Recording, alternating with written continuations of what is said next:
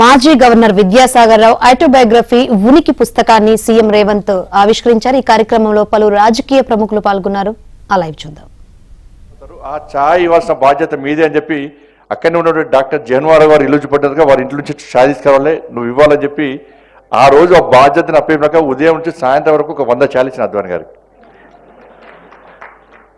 లాస్ట్కు చివరికి అద్వాని గారు పోయేటప్పుడు కూడా బుక్లో రాసిన చెప్తున్నారు, విద్యాసాగర్ రాసిన చెప్తున్నారు. ఆ అద్వాని గారు పోయేటప్పుడు కూడా ఇవాళ మొత్తం నాకు ఈ మీటింగ్లు ఈ సమావేశం అంతా చూసినాక నాకు ఛాయ్ బాగా నచ్చిందని చెప్పి అన్నారట వారు కూడా. కానీ అంత అదృష్ట అవకాశం కూడా మాలాంటి అందరికీ ముఖ్యంగా రామకృష్ణ రెడ్డి గారు ఉన్నారు.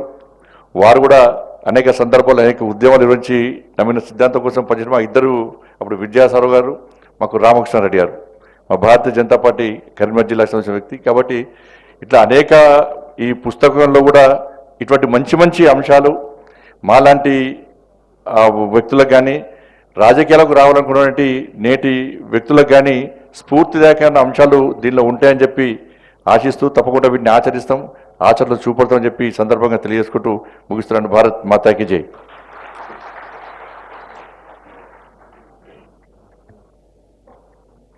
విద్యాసాగర్ రావు గారితో సమకాలికులు మన హరిబాబు గారు, దత్తాత్రేయ గారే ఈ స్టేజ్ మీద ఉన్నారు. సీనియర్స్, ఇక మిగతా వారంతా చాలా మీ అందరికీ తెలుసు, మిగతా అంతా సీనియర్ నాయకులు, ప్రస్తుత యంగ్ లీడర్స్. ఈ ముగ్గురు సమకాలీన నాయకులు శ్రీ హరిబాబు గారిని ఒరిస్సా గవర్నర్ గారు వారిని రిక్వెస్ట్ చేయడం వల్ల ఈ దీని కొరకే విద్యాసాగర్